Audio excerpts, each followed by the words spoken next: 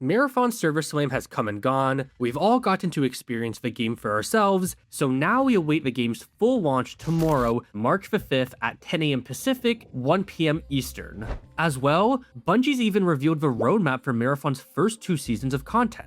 So with the game launching tomorrow, or even later today, depending on when you're watching this video, let's discuss everything coming with Marathon's launch and beyond, including everything we know about Marathon's endgame content, such as the Cryo Archive map and Marathon's ranked mode. Before getting into all of this, if you enjoy this video at any point and want to see more Marathon content from myself, then don't forget to subscribe so you don't miss out. I'm trying to grow my channel, so it would definitely mean a lot to me, but let's get into it. Marathon's first season is called Death is the First Step, and it will be available right away, so there's going to be no pre-season or season 0 or anything like that like some have been suspecting. This season is set to last until June, and in general, we're planning for seasons to last for around 3 months. Now, best of all, seasonal updates will be free to all players to access or earn, so there will be no expansions or DLC required. Now, there will be wipes each season with everyone starting completely fresh. This includes everyone's gear, contract and faction progression, as well as player level. The only gameplay thing that will carry over is your liaison contract progression, meaning you won't need to complete those introductory contracts to unlock all your factions each season. And then things like achievements, cosmetics, and codex progression will also carry over, so there's no rush there in terms of needing to unlock all the lore and that sort of stuff in one season. Now, in terms of what's launching with Marathon's first season and beyond, we'll have access to all 6 factions in contract progression, including Sekaguchi Genetics, all 6 of the launch runners, including Thief, who I'm so excited to finally get to play as. There's also going to be 28 weapons, as well as many mods, implants, cores, and more to build craft with. In terms of maps, day 1 will have access to Perimeter and Dire Marsh, with Outposts unlocking the next day, giving us time to reach level 12. Bit of a bummer here, as I'm sure myself and many others will likely hit level 12 pretty quickly, but at least we're only waiting a day here. Now, I'm sure you're probably wondering about the Marathon ship map, Cryo Archive. Bungie's actually said that the community will need to unlock this map, which is incredibly exciting. For anyone who hasn't played Destiny 2, Bungie used to cook up in-game community puzzles quite often, with some of them back in the day being pretty crazy, such as Niobe Labs and Corridors of Time. So I'm very excited to see what Bungie has cooking up here in terms of us unlocking Cryo Archive. Now, let's actually talk about Cryo Archive itself and what this map will entail. This is going to be the 4th zone, aka map, taking place on the Marathon ship, and it has been described as the hardest place to survive in the game. So you'll definitely need to grind out the other 3 maps first, and get your best loot as well as your best builds together before heading in. It seems like there's going to be lots of close quarters PvP engagements here. We're supposed to encounter every type of environmental threat we've seen so far, along with high tier UESC enemies with a larger presence. Of course, the big thing about this map though, and the part that has everyone intrigued, are the raid-like mechanics that you'll need to solve as you work your way up through the different vaults, attempting to reach the illustrious Vault 7, which I believe we got a little taste of how we're going to unlock these different vaults and their puzzles, as many players found keys for Cryo Archive throughout the Server Slam. Now, once completed, what is going to be behind these vaults, specifically Vault 7? Well, we don't really know yet, but I assume it'll contain the absolute cream of a crop in terms of loot. It also seems like this is where we're going to meet the compiler enemies that Bungie has been teasing for so long now. Now, I'm not sure if this is going to be a whole new enemy type unleashed to the rest of the world, or perhaps just an extremely challenging boss for this map specifically. Either way though, I'm really excited to find out the implications of solving the vaults on this map, and whether there will be anything for the first team to complete it. If you've played Destiny throughout the years, you should already know that Bungie is absolutely top tier when it comes to creating raids, dungeons, and day 1 experiences, and they've had very few misses throughout the entirety of Destiny. And this is also something that the team originally talked about back during the 2023 Vidoc for Marathon. They mentioned the idea of having a team immortalized for unlocking a new zone, and then having to figure out how to unlock it for everyone else. Granted, this was a long time ago and the game has undergone many changes since then, so we don't really know how Bungie plans on handling Cryo Archive and whether it will be treated on the same level as raid races are inside of Destiny.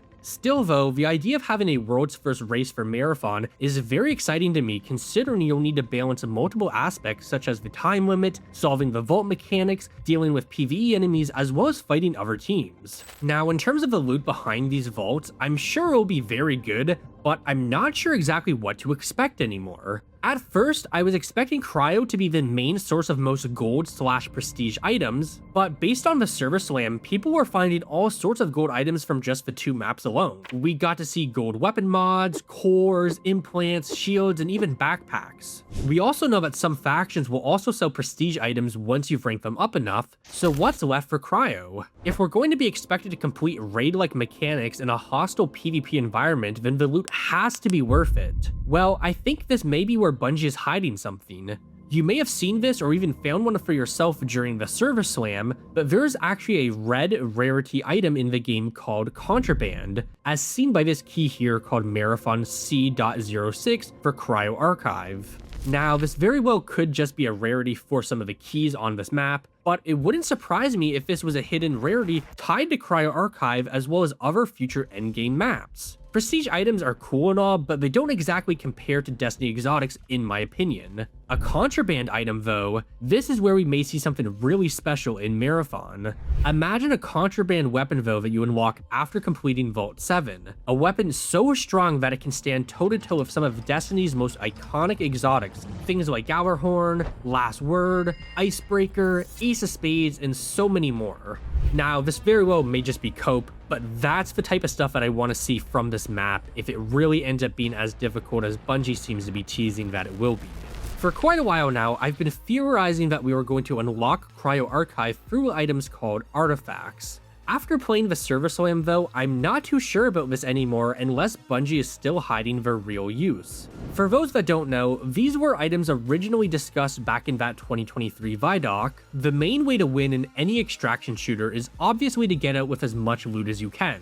However, back then, they also talked about how another way to win was to extract with the most artifacts. The original idea they discussed was to get multiple pieces of an artifact which could then combine into bigger, more valuable artifacts known as prime artifacts. Now, I was really hyping this up to myself as the concept sounded really cool, but unfortunately they ended up kind of being disappointing, or at least so far. My friend Toity actually has a really great video on him extracting with an artifact during the server slam, and I'd highly recommend checking both that video and his channel out as he makes great Marathon content. Essentially though, this is an event on Dire Marsh. You'll get a notification about an anomalous rift, you'll then go to the area and pick up the artifact, and then you'll need to transport it to another location in order to stabilize it.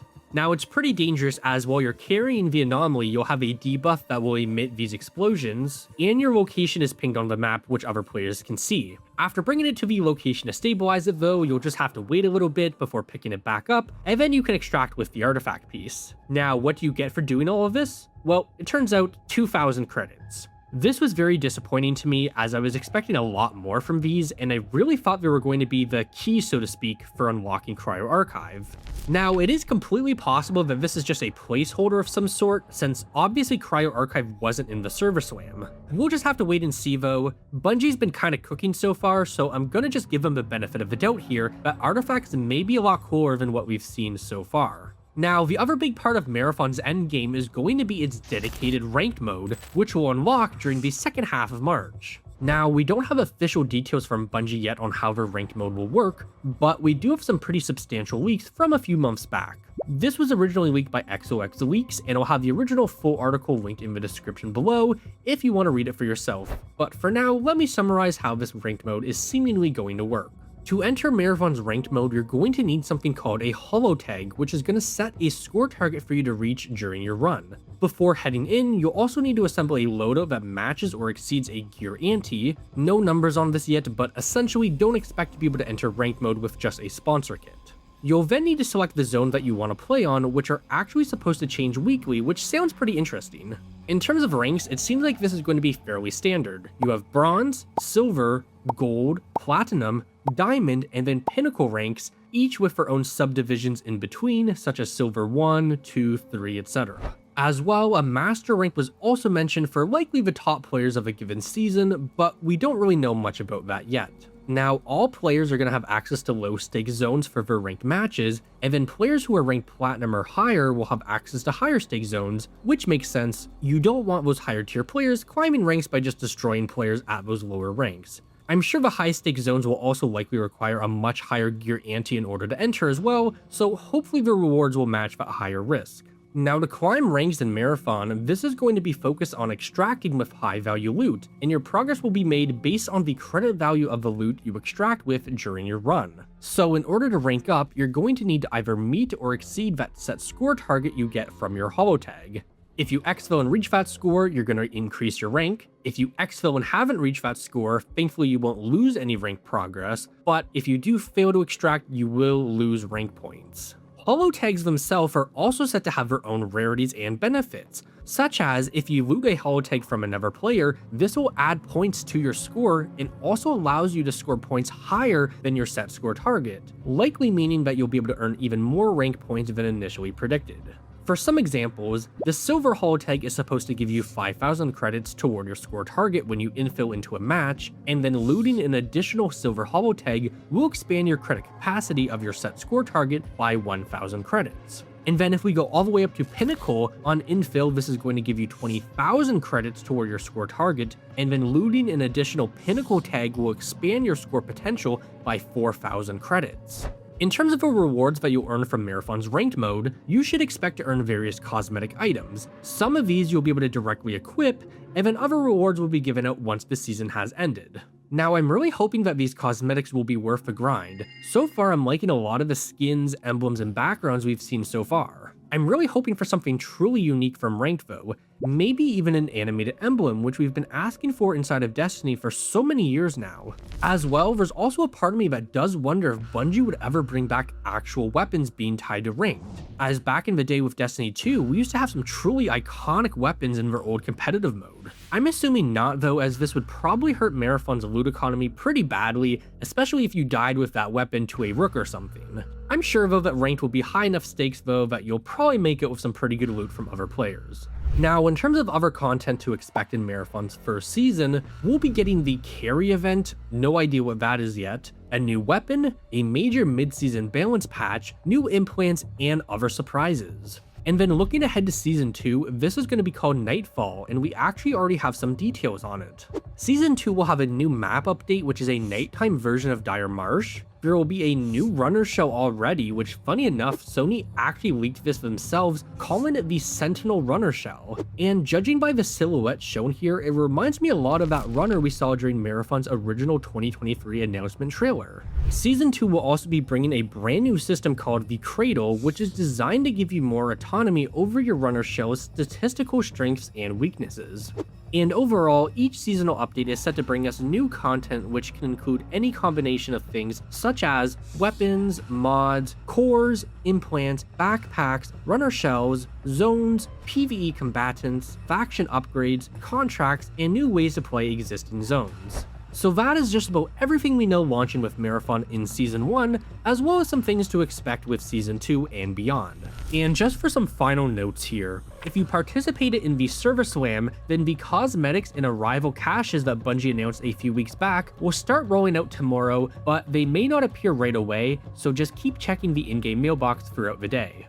As well, to receive these, you must make sure you log in before Season 1 concludes. If you watch Twitch streamers during the Server Slam and earn the Twitch drops for Marathon, those will be delivered in-game at launch, but the Twitch sponsor kit may take up to 48 hours to arrive. You also must claim these from your in-game mailbox by the 31st of March. There's also going to be new Twitch drops starting tomorrow, and they will be going on until the 9th of March, which you can see these drops on screen here. Now, I don't currently stream, but if you'd be interested in watching me play Marathon live, then let me know. I'm personally very excited to see how this game and this world will continue to evolve over the course of these seasons, and I can't wait to dive into the full game very soon. If you enjoyed this video, let me know by leaving a like, and also let me know what parts of Marathon you are most excited about. If you're interested in seeing more Marathon content, then make sure to subscribe down below. Thank you so much for watching today's video, and I'll see you in the next one.